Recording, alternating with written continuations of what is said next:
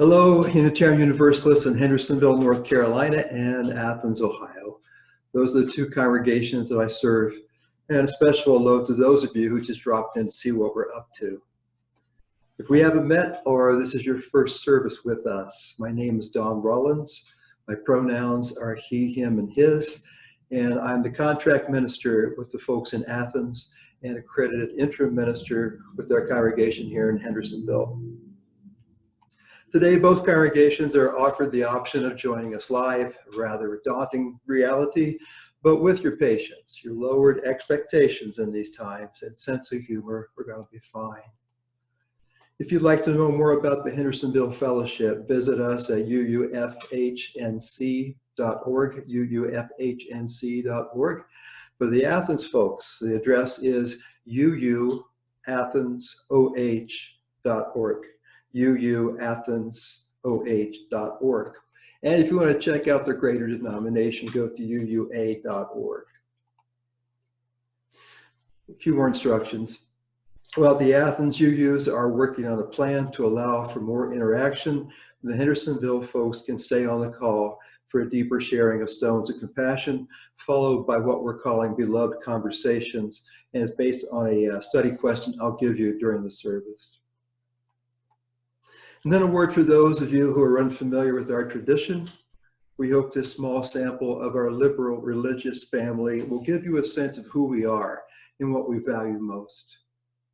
And those things are the free and responsible search for truth, the beloved community to hold and challenge us, and the commitment to justice for our siblings on this earth and for the earth itself.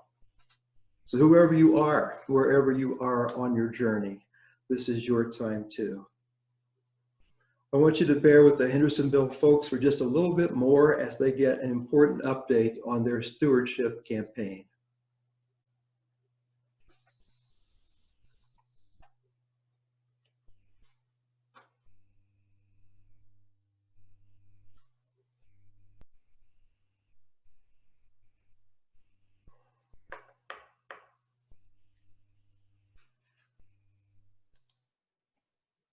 Okay, hi, good morning. I'm Meg Hoke, and I'm the co-chair of the Stewardship Campaign, along with the great Paul Shoemaker. Our theme for the Stewardship Campaign is writing our next chapter. We called it that because we were looking forward to this year of the Hendersonville UUFH growing and changing and having new staff and doing more new and exciting things in our next chapter. And we sure did not anticipate this latest plot twist that we're experiencing. Consequently, it is a very awkward time to be talking about money and the future and such. And I get that. But what we are really talking about when we talk about stewardship is about taking care of each other. And it's absolutely the right time to be talking about how we can take care of each other and keep our fellowship strong. So normally, the stewardship team would have received a majority of the pledges by now, and the board would begin the process of adjusting the budget for the next fiscal year. But obviously, these are not normal times. And so we've received less than half of the anticipated pledges we have received.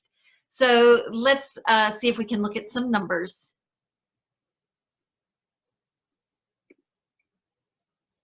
I think we've got a slide. There we go. So as of April 20th, we've received 52 pledges and totaling $124,540. Last year, with those 52 pledges, we had a total of $97,878. So you can see that there's quite a significant increase just in those 52 pledges. So, and not everyone has been able to increase their pledge. Some are having a hard time and had to give less, and some gave the same. But those who could really did step up their pledges, and so we're very grateful. We still have, we're almost halfway to our goal of $265,000. And we still have 79 pledgers that we haven't heard from yet. So these numbers are great in terms of how much we have, and it means we can meet our goal if we can hear back from the rest of the pledgers. So so these numbers are pretty good. We're pleased with that. But this pledge campaign really does help the board to plan for the next fiscal year. Our giving determines the payroll and benefits of our 5 staff members, all of whom have done an incredible job during this difficult time. What they're doing for us is not easy, and they are really persevering with great grace and determination. So please place a priority on your commitment to the future of our beloved UUFH community. And remember, we are a community, a family. And if things change for you, you can adjust your giving accordingly. Many of us, I think all of us, feel uncertain about the future. But pledging now does help the board make good decisions. How do you pledge? Let's see another slide. Or I don't know if you have another slide. No. Okay. So you can mail your pledge today. You can go to the website and pledge online. There's a box that says donate. If you scroll down at the bottom, there's a box that says donate. Or you can email your pledge amount to the bookkeeper, Bill Elder, at bookkeeper@uufh.org. Again, that's bookkeeper@uufhnc.org. Again, thank you to all of you who have already pledged, and thank you to all of you who are about to. We are a fellowship, a family, and we are determined to take good care of each other. From your UUFH stewardship team, Paul Shoemaker, Judy Lutzenberg, and me. Thank you. Very necessary and well done. Thanks. Now let us move to our chalice. We light this morning's chalice, symbol of our liberal religious tradition, with these familiar words from poet and writer Annie Dillard. She tells us we are here to abet creation, to witness to it, to notice each other's beautiful face and complex nature, so the creation need not play to an empty house.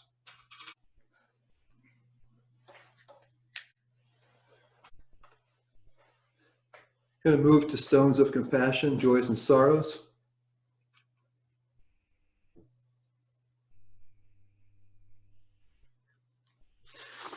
We save this space for a very simple ritual, known in Athens as joys and sorrows, in Hendersonville as stones of compassion. The stones are placed in the common bowl, a way to signify our troubles and our blessing. So we can protect our and others' privacy, the Hendersonville folks have the option to share offline during the breakout groups following the service. For the Athenians, be sure to monitor the green sheet for your opportunities to do some more online sharing. So for these services, I do what I can to honor your lives under the virus. Throughout the week, I interact with many of you. I hear your stories, I hear your thoughts, I hear about your pain. And I capture those that I can and hold the rest of you to heart. So hopefully there's a stone for you today. And let's begin with the words used in Athens each week.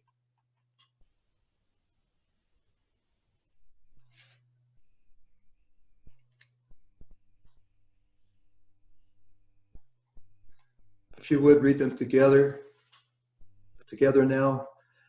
Ours is a welcoming community where we find connection, a spiritual community where we find meaning.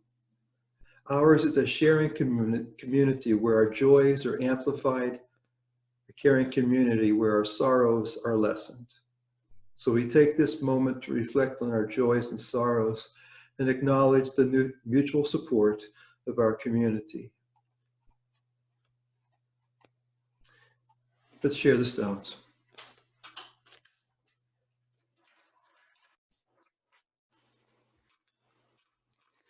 The stone is for those we want to be with, but can't.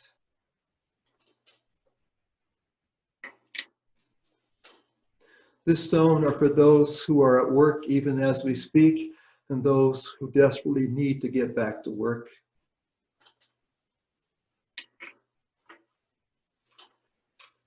This stone is for the children and their caregivers who are distressed and making do.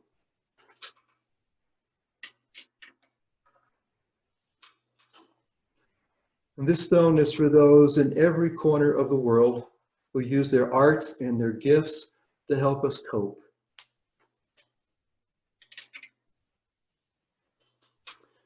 This stone are for those who have lost a loved one this week.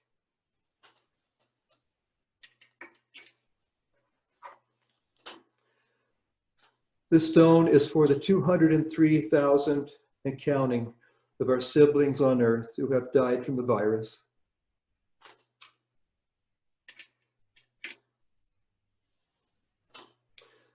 This stone is for all of those who make us laugh despite it all.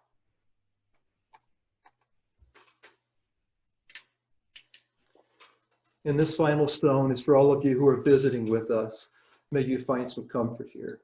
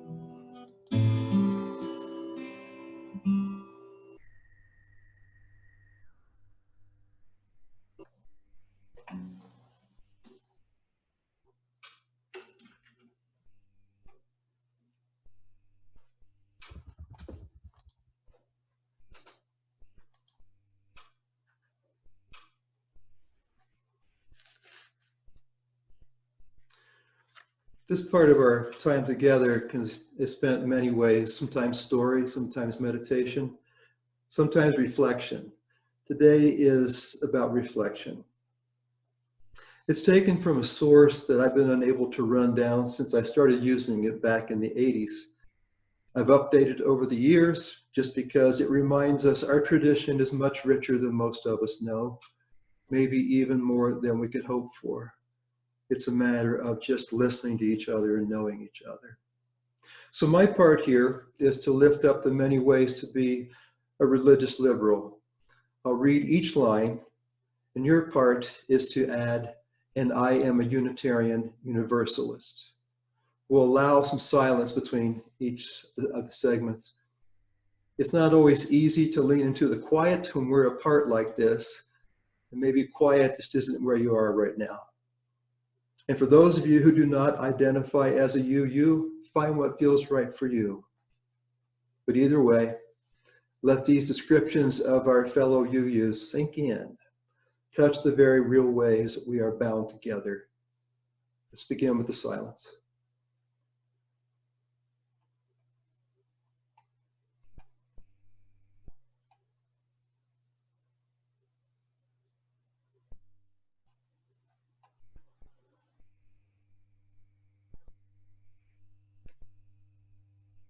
I am young, and I am old, and I am somewhere in between. The response, and I am a Unitarian Universalist.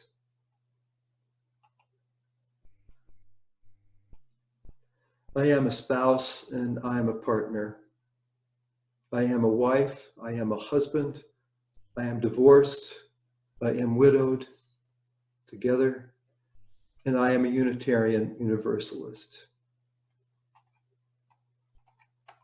I am trans, and I am queer. I'm gay, I'm straight. I'm bi, and I am whoever I am. And I'm a Unitarian Universalist. I am black, and I am brown. I am white. My roots are in Asia. My people were native to these lands. I am some of these, all of these, none of these, and again, I am whoever I am. And I am a Unitarian Universalist. I'm a college graduate, and I choose no formal education. My portfolio is diversified, and I can't make this month's rent.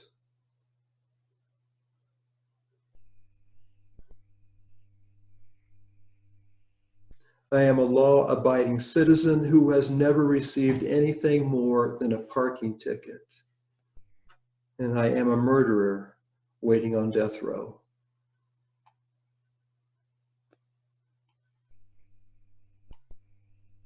I am a Marine, and I am a pacifist. I march to protest wars, and I support a strong military.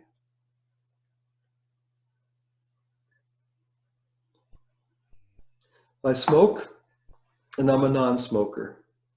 I drink socially, and I am an alcoholic. I am a vegan, and I love a good steak. And I am a Unitarian Universalist. I believe in a God that loves us, and I believe we're on our own. I read from holy books, and I read the headlines, and I am a Unitarian Universalist.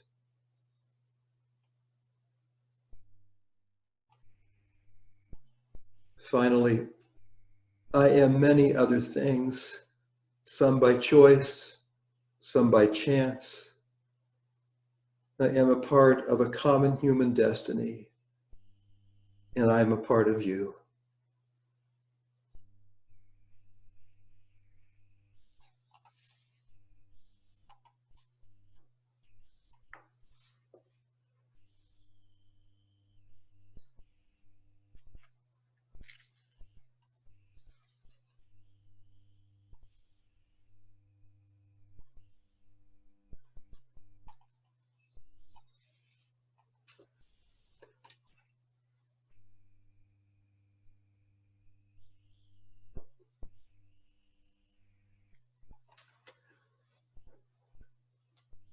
Like pretty much every UU preacher I know, I have been writing and rewriting sermons on Unitarian Universalism since I felt the tug to enter this wacky profession. Not that it hasn't been enjoyable, this flowing dialogue with our past, but as a person of great privilege, I'm straight, I'm white, I'm formally educated, I'm ordained, I have a roof over my head and a car that runs. As that person, telling the past has become much more complicated over the years, and I say that's a good, if not always comforting thing. As many of you know, some 4 years ago, our denomination set on a new course. Voices long ignored, discounted, or intentionally kept to the margins by our Eurocentric ways were silent no more. And this emerging awareness goes to the mainstream of Unitarian Universalism, and it lays bare how far our claims to diversity are from our reality. So I've had to relearn history. I've had to unlearn history. I've had to look at our ways of organizing and the ways we sing, our ways of worshiping. All of these come from somewhere. As I've mentioned with some of you, those somewheres were not by and by Asia or Africa or South America or the Dakota prairies. So after centuries of white supremacy, and here I'm referring to supreme as in the dominance of white culture, those historically marginalized are, to my mind, asking the rest of us just to imagine if this were the first day of Unitarian Universalism. And what if we had the chance to start from scratch? The chance to be led by and lead with those, our siblings from the margins. Imagine the richness of how we think and how we live out this tradition. Imagine being gayer and darker and poorer. Imagine coffee houses when we're whole. Imagine justice work when we are whole, not partial. Imagine that today were the first day of Unitarian Universalism. And then finally, imagine a theology not just crafted by the people I'm about to tell you about, but a theology from the hollows and the barrios and the detox units and the psych units, the reservations and the projects. Imagine a tradition top to bottom, informed by the full scope of human suffering and victories. So I say again, telling our story has become a whole lot more complicated, for it was in the main written for and by folks very much like me. So keep these things in mind and in heart as we look at part one of an old story for a new day. Did you ever think about the first religious liberal? I have. I have a theory about that. I think that was the first radical pagan who asked the question, why do we always light the ritual fire from the south? Let's try it from the north or the east or the west. Let's see what happens. And folks, for me, I think that was our first our first cousin on the path. The one who found rote religious practice insufficient for the times, and they said so. More conventionally, I want you to look at Unitarian and Universalism and Unitarianism as threads of thought. And the former is based on a God that loves and accepts all, and the Unitarians on a reading of the gospel that finds Jesus of Nazareth a window into God's love, but not a second God. Let's dig in. The Universalist saga is often begun as early as 225 before the Common Era as a scholar and thinker named Origen of Alexandria, as represented by a scholar and thinker named Origen of Alexandria. For Origen, God was not some fickle father, alternately punishing us and blessing us, a position that resulted in condemnation by the early church, even though he was later reconciled and canonized. By the way, as far as I can tell, Origen was the first and only person who was ever kicked out and then canonized. For the Unitarians, it's mostly about the Church Council of Nicaea in 325 BCE.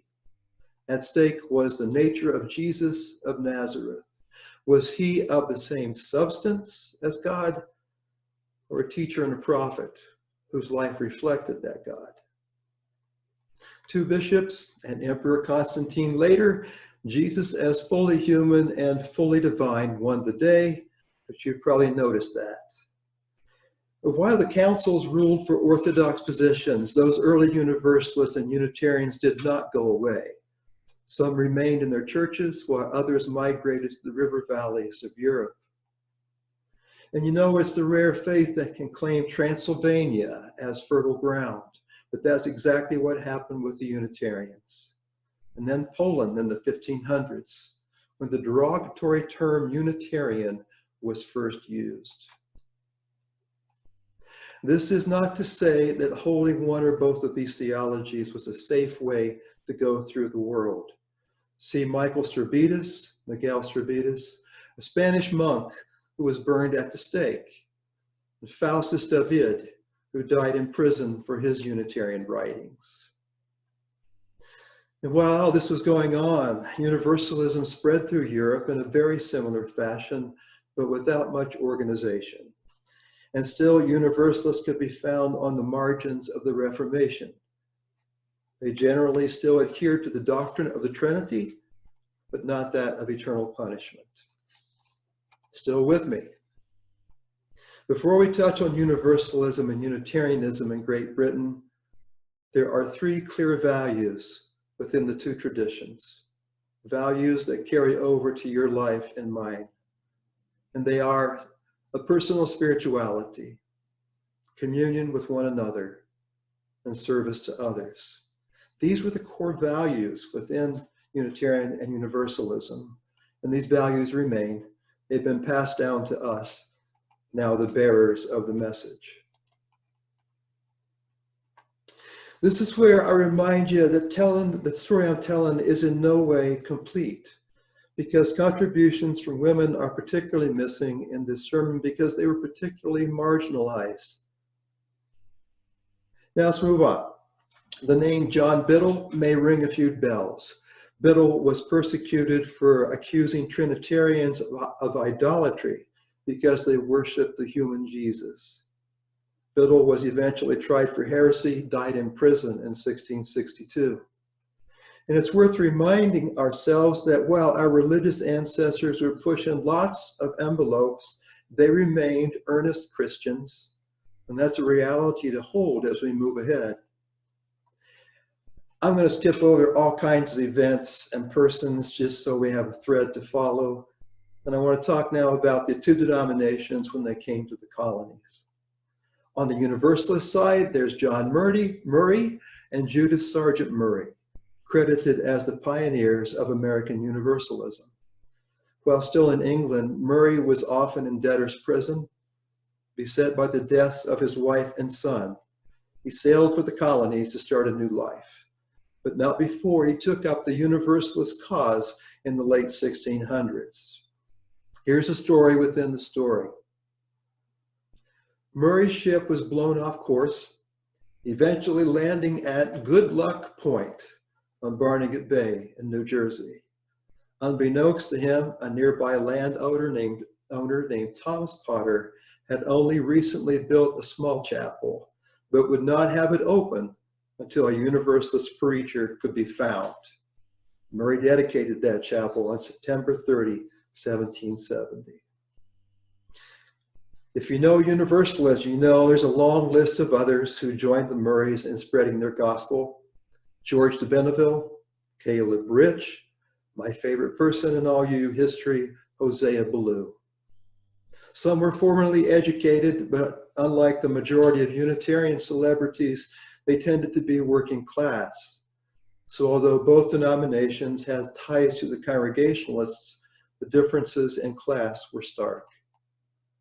Meanwhile, the Unitarians began showing up at roughly the same time, the late 1700s and early 1800s. And among their leaders was Joseph Priestley, who was credited with understanding oxygen. The Congregationalists and Unitarians had in most places managed to navigate the issue of Jesus' divinity, but not the strains of Calvinism. Of all things, Harvard had now fallen into the hands of the Unitarians, further eroding the bonds. And at this point, we began seeing standalone Unitarian churches. Another of the crystallizing events for Unitarians was a sermon preached in 1825 by the foremost minister in their ranks, William Ellery Channing. And there, Channing put forth a coherent theology based on the human Jesus. And within a year of Channing's sermon, the Christian Register was published as the first colonial paper with Unitarian slant, and the American Unitarian Association came into being. And 3 of the first 6 UU presidents were believed to hold a Unitarian theology. So our start in the colonies was encouraging. And I should note here to tell you what you probably already know, there was already feuding within both denominations. The Unitarians were at odds over worship styles. The Universalists were fussing over whether the soul goes directly to God after death, or maybe the meaner among us will have to go to the waiting room.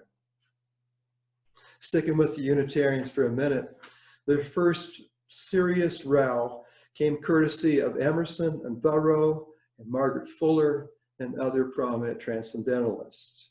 Because for them, Unitarianism had grown stiff and cold, cut off from the God manifested in nature and the role of individual truth. Emerson once referred to Boston headquarters as a corpse cold dead. And despite all this drain of energy, both traditions were increasingly engaged in justice work, especially for the cause of women's rights. Throughout the 1830s, 40s, and 50s, Universalists and Unitarians were learning activism.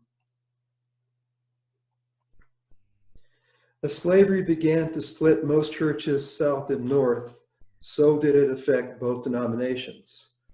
Some of our congregations, many of them in the South, they used social norms and biblical passages to justify the peculiar institution.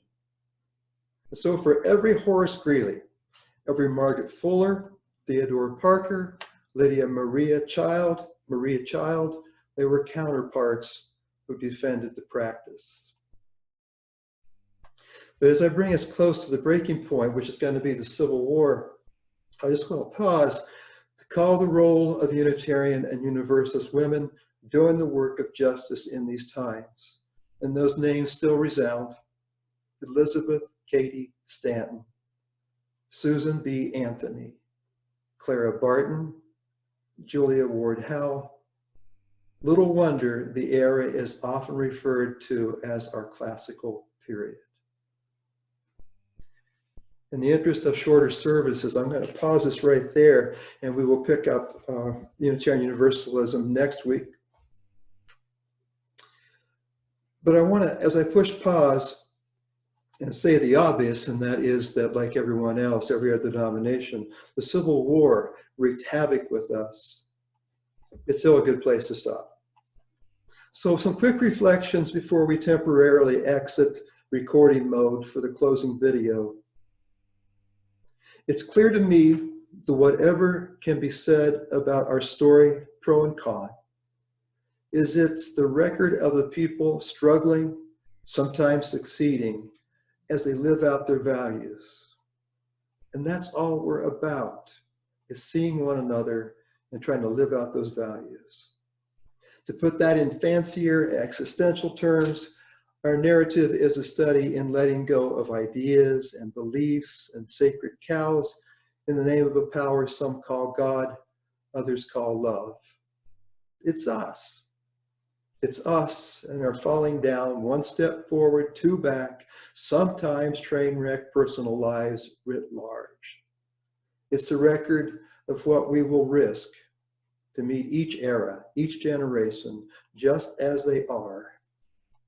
And as I read our history, it's taken radical responsibility for radical heritages. Say it again. It's about taking radical responsibility for radical heritage. So, enough preaching. Now for the two-part question for discussion after the closing words. Having heard my take on our history up to this point, and you're still awake, here's the questions. Talk about what stood out for you as I shared my version of our history. Those things, that thing or things that just struck you in a different way this time. Something you didn't know. Tell us about that, and then talk to each other about why. But first, let's take a minute to shift gears. We want to respect copyright laws, so the video won't be recorded. It's a little off topic, but I want to leave you with some comfort music. I think this will do it.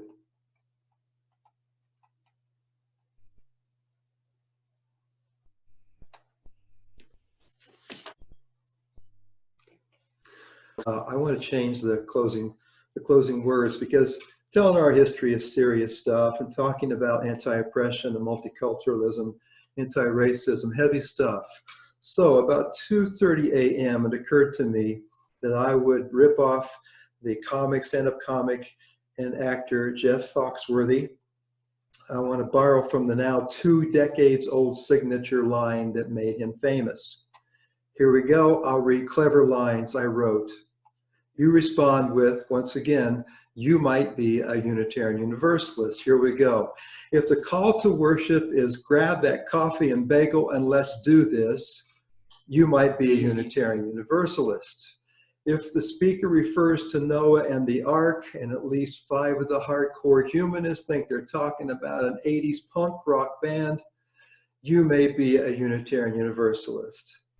If the regular ushers are absent, so the preacher asks, would the good doctor please help with the offering baskets, and 6 professors, 2 cardiologists, and a dentist rush to help, you may be a Unitarian Universalist. If your car radio is still blaring out NPR when your Prius screeches into the parking lot, you may be a Unitarian Universalist. If you think naming the new impromptu choir the Just Okay Chorale is pretty dang funny, you may be a Unitarian Universalist. If your congregation's directory includes pets, favorite colors, Myers-Briggs profile, and astrological signs, you may be a Unitarian Universalist. If your minister wears socks with Birkenstocks, you may be a Unitarian Universalist. If you miss a Sunday and by 3 o'clock that afternoon, you've received 4 emails, 3 texts, 2 phone calls, and 1 casserole, you may be a Unitarian Universalist. And if the pianist has to lay off the high notes because they set all the guide dogs to howling, you may be a Unitarian Universalist. And if the minister closes their sermon with a shrug and the words, "But I could be wrong," you may be a Unitarian Universalist. So folks, thanks for hanging in with us. Hope that some of what we've talked about today may spur you to do some extra thinking. We will see you again next week.